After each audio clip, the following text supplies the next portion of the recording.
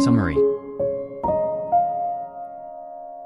Central bank announced effective end to fuel subsidies this week. Lebanon suffering extended blackouts, long queues for petrol, and breadPresident blames central bank for crisis, says refuse to reverse decision. Central bank governor says government was aware of coming changes. Beirut, August 13.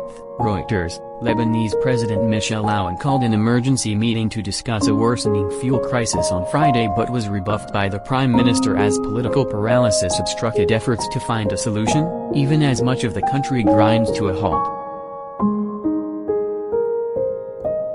Dwindling fuel supply has plunged Lebanon into extended blackouts and long queues for petrol and bread, with many bakeries and hospitals almost forced to close. Angered by the government's inaction, protesters blocked roads across the country. Read more. This week the central bank announced an effective end to fuel subsidies that have drained the reserves at a time when Lebanon is in a state of financial collapse.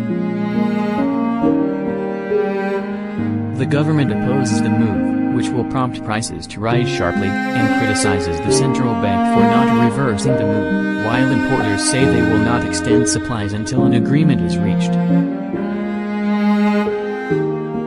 However, central bank governor Salameh said on Friday that the government had been aware of the decision announced on Wednesday to start extending lines of credit for fuel imports at market rather than heavily subsidized exchange rates, effectively ending the subsidy system.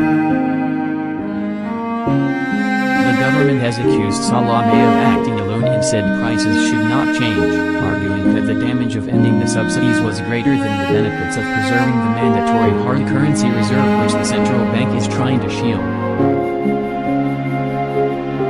In comments published by Radio Free Lebanon, whose accuracy he confirmed to Reuters, Salameh said he informed officials that Parliament needed to pass a law authorizing a dip into those reserves.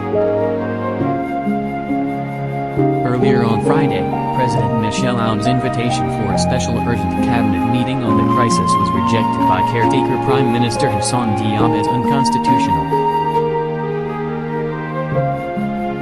Diab has refused to hold a cabinet meeting since he and his administration resigned 1 year ago in the wake of the Beirut port explosion.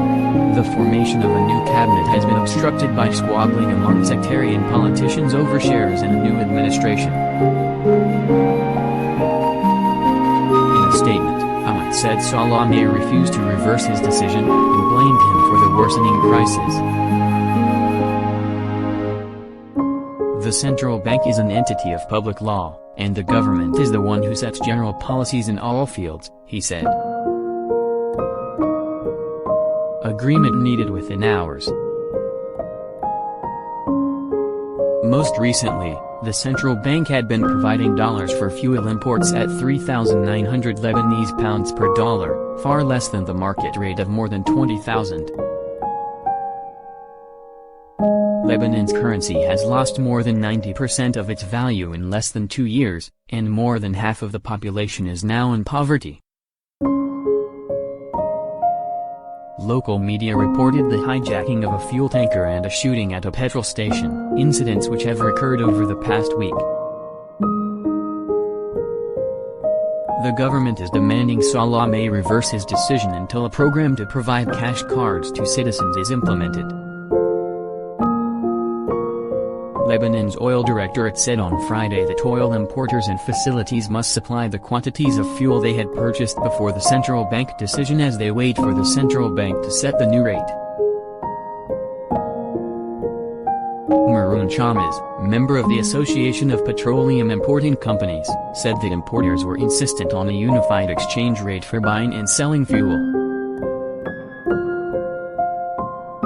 He urged the central bank and government come to an agreement within hours, not days, to avoid catastrophe, in comments to local news channel MTV.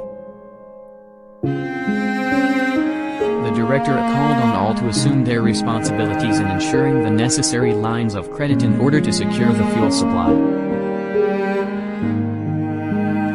Salameh did not respond to a question from Reuters on fuel imports.